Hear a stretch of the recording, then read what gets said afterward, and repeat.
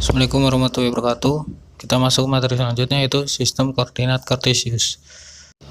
Pertama-tama, kenapa sih kita harus belajar sistem koordinat? Kalian pernah dengar kan yang namanya koordinat? Ya paling nggak di IPS lah ya. Jadi sebelum kita ke sistem koordinat, ya kita ngerti dulu lah apa sih maksudnya koordinat itu. Kalau secara garis besar, koordinat itu ya posisi gitu.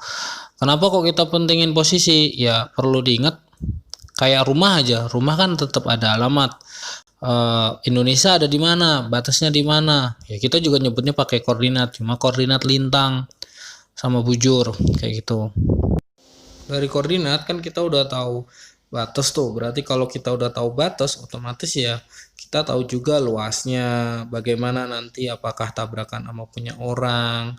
Karena kan realnya kita tuh paling sering kasusnya adalah ya tabrakan sama punya orang gitu loh maksudnya.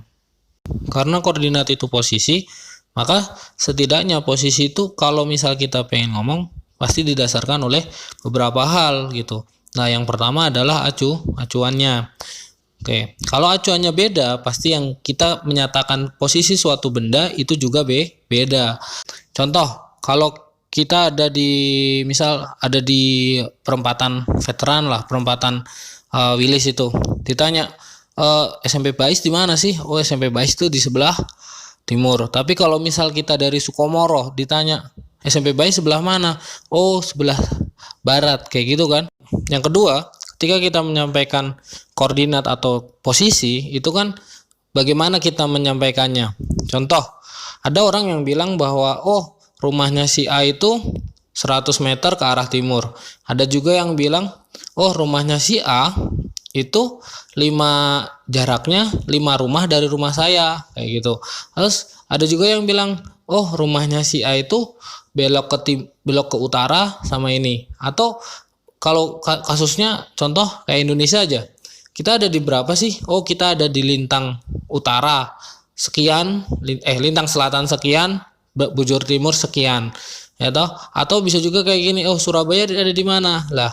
Jadi semua itu sebenarnya pada kata kuncinya bagaimana kita menyampaikannya. Lah, cara penyampaian suatu posisi inilah yang kita sebut sistem koordinat. Lah, di matematika kita mengenal yang namanya sistem koordinat kartesius. Kenapa kok matematika kayak gini? Ya karena menurut orang matematika, sistem koordinat kartesius ini yang paling gampang.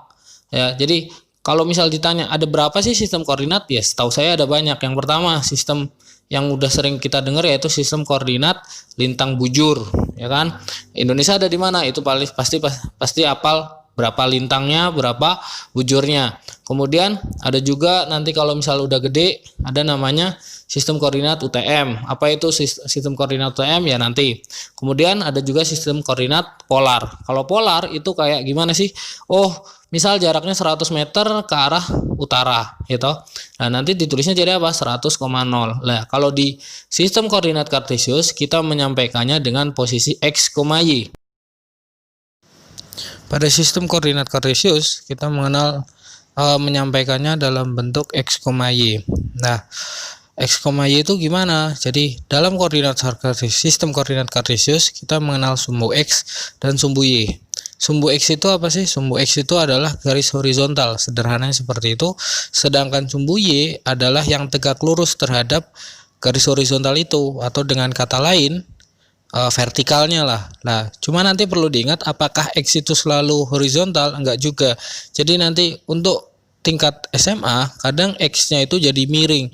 Ketika x-nya miring berarti y-nya enggak vertikal tetapi juga ikutan miring. Asalkan x sama y-nya itu sumbu x dan sumbu y sudutnya 90 derajat.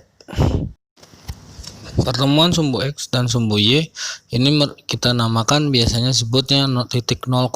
Nah, tadi masih ingat kalau posisinya itu x, y. Nah, x-nya sendiri itu apa sih? X-nya sendiri itu adalah jarak datar, ya kan? Jarak datar, jarak horizontal. Ada yang mengartikannya sebagai jarak terhadap sumbu y. Maksudnya gimana? Jadi secara simpelnya, ketika kita punya suatu titik, maka titik itu kita tinggal membuat garis ke sumbu x. Setelah itu di sumbu x kan nanti ada skalanya lah. Kita baca skalanya itu adalah nilai x-nya. Sedangkan untuk y-nya disebutnya jarak vertikal. Ada yang nyebut jarak terhadap sumbu X lah. Jarak terhadap sumbu X itu gimana caranya? Kita lihat bahwa kalau misal ada titik, titik posisinya itu akan ditarik ke sumbu Y, sehingga nanti dari sumbu Y bacaan itulah yang dinamakan Y-nya. Jadi kalau dilihat di gambar, posisi P itu adalah karena X-nya 3, Y-nya 5, maka posisinya adalah 3,5. Nah, untuk masalah skalanya sendiri telah disepakati bahwa kalau misal kita jalan ke arah kanan dari 0,0, maka itu disebutnya X positif, artinya X-nya akan selalu bernilai positif. Sementara kalau ke kiri itu X-nya bernilai negatif. Lah, untuk Y-nya sendiri gimana? Ke atasnya yang positif, ke bawahnya yang negatif. Karena positif negatif inilah, maka terkadang dikenal juga ada 4 kuadran, yaitu kuadran 1, 2, 3, 4 seperti pada gambar. Lah, kuadran 1 itu seperti apa? Kuadran 1 itu yang X-nya positif, Y-nya juga positif. Sementara kuadran 2, X-nya negatif, Y-nya yang positif. Di kuadran 3, X negatif, Y negatif. Sedangkan kuadran 4, X positif, Y negatif. Cukup sampai sekian. Wassalamualaikum warahmatullahi wabarakatuh.